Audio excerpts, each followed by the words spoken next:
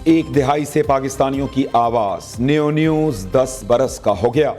Neo news की आज सालगिरह। मोतबर और गैर जानिबदार सहाफत को फरोग दिया। हमेशा साफ सुथरी सहाफत का अलमबरदार रहा।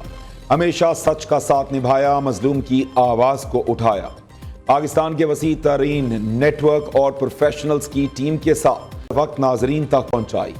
हालात हाजरा प्रोग्राम्स के लिए मारूफ तज्जियाकारों और सहाफ़ियों की टीम। बेलाग तबसरे और बेबाक तज्जिए सिर्फ नियो न्यूज़ पर।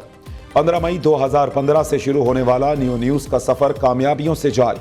10 साल से पाकिस्तानियों का पसंदीदा चैनल होने पर नियो न्यूज़ अपने नाजरीन का तहे दिल से मशकूर। मिस्टर मोदी, अगर दोबारा ये रास्ता इख्तियार करोगे तो मुंह की खाओगे।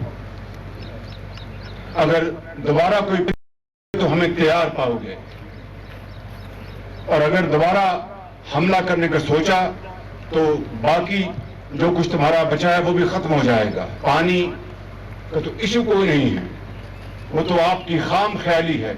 लोगों को आपने बेवकूफ बना रखा है। आपने हमारे नीलम झेलम को डैमेज करने की कोशिश की, वो ज्यादा डैमेज नहीं हुआ, मगर बाखुदा अगर आप उसको ज्यादा डैमेज करते तो हम तुम्हारे बगलियार और सारे डैम को तबाह बर्बाद कर देते। हम अमन और जंग दोनों के लिए तैयार हैं। वजीर आजम का भारत को दो टोक पैगाम। कहा, हमारी अमन की ख्वाहिश को कमजोरी ना समझना और गलत फहमी का शिकार ना होना। अगर दोबारा कोई ये रास्ता इख्तियार करेगा तो मुंह की खाएगा। हमला किया तो जो बचा खुचा है वो भी खत्म हो जाएगा। पानी हमारी रेड लाइन है। नीलम झेलम को नुकसान होता तो बगलेहार समेत तमाम डैम गिराते थे।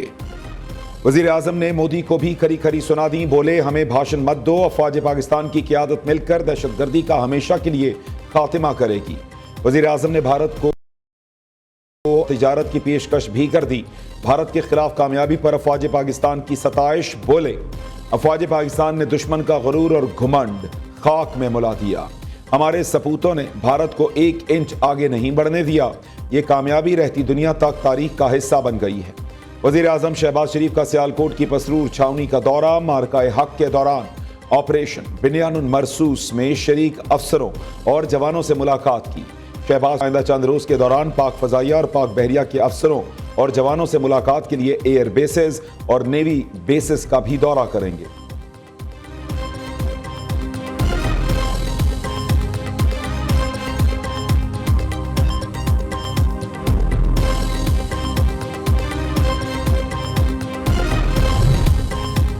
वज़ीर आज़म शहबाज शरीफ और अक़वाम मुत्तहिदा के सेक्रेटरी जनरल एंटोनियो गुतेरेस के दरमियान टेलीफोनिक राबता। खित्ते की ताज़ा तरीन सूरत हाल पर तबादला ख्याल। वज़ीर आज़म का कहना था, पाकिस्तान ने खित्ते में अमन के लिए जंगबंदी पर इत्तफाक किया। मकबूजा कश्मीर का मसला अक़वाम मुत्तहिदा की करारदादों के मुताबिक हल किया जाए। वज़ीर आज़म शहबाज शरीफ और UAE के सदर के दरमियान भी। वज़ीर आज़म ने बहरान में UAE की सिफारती कोशिशों पर शुक्रिया अदा किया। कहा, पाकिस्तान खित्ते में अमन का ख्वाह है। सेंतास मुआहदे को कभी चैलेंज नहीं होने देंगे।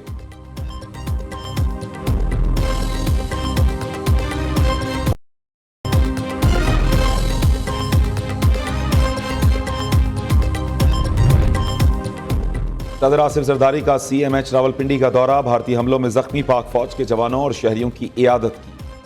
सदर ममलिकत ने तमाम जख्मियों से फर्दन मुलाकात की और उनकी बहादुरी, कुर्बानी और हुब्बुल वतनी को सराहा।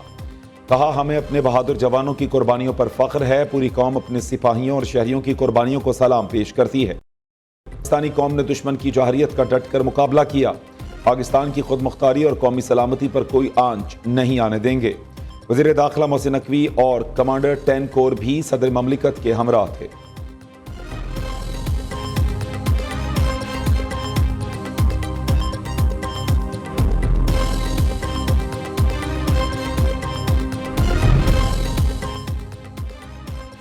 पाक भारत तनाव में कमी का मिशन। बरतानवी सेक्रेटरी खारजा डेविड लामी आज पाकिस्तान पहुंचेंगे। ज़राए के मुताबिक बरतानवी वज़ीर खारजा की इस्लामाबाद में मुलाकातें शेड्यूल्ड। नायब वज़ीर आज़म इसहाक डार से कायदा 2 तरफ़ा मुज़ाकरात भी करेंगे। पाकिस्तान और IMF के दरमियान वर्चुअल मुज़ाकरात का आगाज़। ज़राए के मुताबिक 2 तरफ़ा मुज़ाकरात 30 मई तक जारी रहेंगे। बजट को हतमी शक्ल दी जाएगी। हुकूमत पाकिस्तान ने पहले ही अपना प्लान जमा करा रखा है। हुकूमत का टैक्स हदफ 14,000 अरब के लगभग रखने और तनख्वाहदार तबके को टैक्स रिलीफ की तजवीज़। टैक्स इन्फोर्समेंट के हवाले से भी तजावीज़ IMF को पेश की जा चुकी। दूसरी तरफ पाकिस्तान को IMF से कर्ज की दूसरी किस्त मिल गई। EFF प्रोग्राम के तहत 1 अरब 2 करोड़ 30 लाख डॉलर की दूसरी किस्त मौसूल हो गई। स्टेट बैंक की तस्दीक।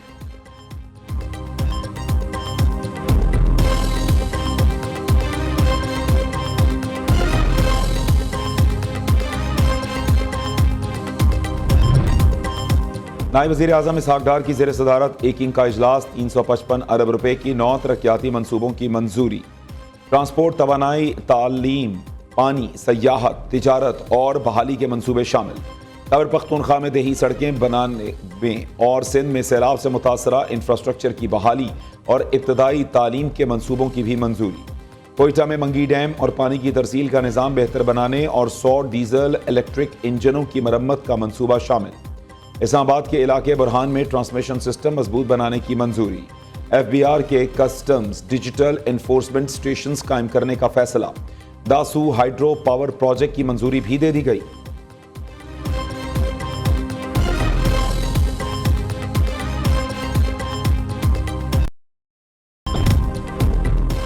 पेट्रोलियम मसनूआत की कीमतों में बड़ी आइंदा 15 रोज के लिए पेट्रोल मसनूआत 8 रुपए फी लीटर तक सस्ती होने का इम्कान। ओगरा समरी आज हुकूमत को भिजवाएगा। आलमी मार्केट में खाम तेल की कीमतों में बड़ी कमी के बायस आवाम को रिलीफ का फैसला मुतवक्के।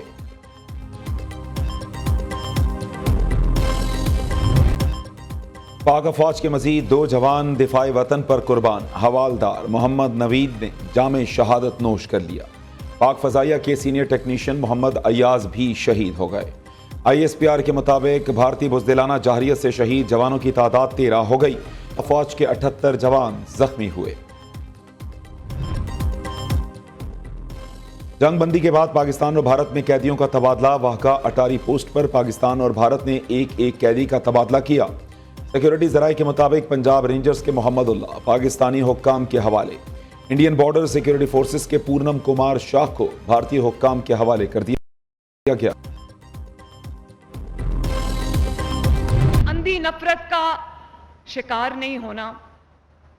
और आप देखो कि वो शुहदा की जो यादगारें जिनको आग लगाई गई, जिनको जलाया गया और कौम को तरगीब दी गई कि उन शुहदा की यादगारों को जलाओ, तो आज उन्हीं शुहदा की कुर्बानियों की वजह से और जो लोग बयान मरसूस में शहीद हुए, अगर वो शहीद ये कुर्बानियां ना देते तो आज जंग में फतह हमें कहां से मिलती।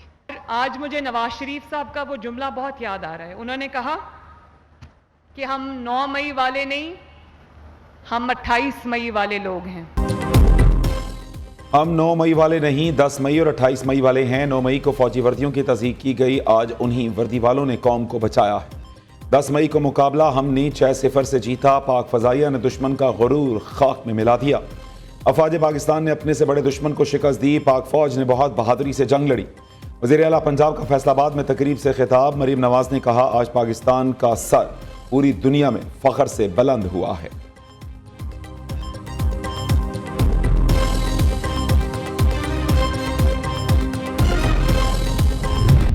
बलोचिस्तान के लोगों ने यह फैसला कर लिया है कि वो बंदूक के जोर पे नजरिया मुसल्लत होने नहीं देंगे। ये कहीं पर हकूक की जंग नहीं है, ये सिर्फ और सिर्फ आपके पेट की जंग है। और ये साबित हो गया है कि आप हिंदुस्तान की प्रॉक्सी हैं। हिंदुस्तान की इमा पर आम लोगों पर यह जंग मुसल्लत की हुई है। इस जंग का एंड जो है वो यकीनन रियासत पाकिस्तान की फतह है। बंदूक के जोर पर नजरिया मुसल्लत नहीं किया जा सकता। बलोचों को एक ला हासिल जंग की तरफ धकेला गया है।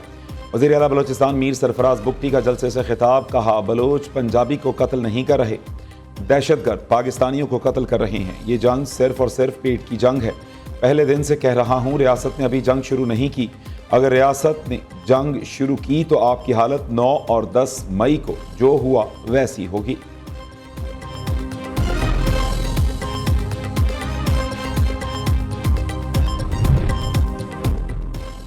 पाकिस्तान ने हर सतह पर भारत को शिकस्त दी। नरेंद्र मोदी जनूबी एशिया का कसाई है। मोदी ने 1.5 अरब से ज्यादा लोगों की जान को खतरे में डाला। पाकिस्तान ने सिफारती महाज पर भी भारत को पीछे छोड़ दिया। वजीर इत्तलात सिंध शर्जील मेमन की प्रेस कॉन्फ्रेंस। कहा, पहलगाम वाक़े की तहकीकात से पहले ही पाकिस्तान पर हमला कैसे कर दिया गया? पाकिस्तान को 2 ममालिक की हिमायत हासिल हुई। जंग जीतने के बाद नया पाकिस्तान झुका।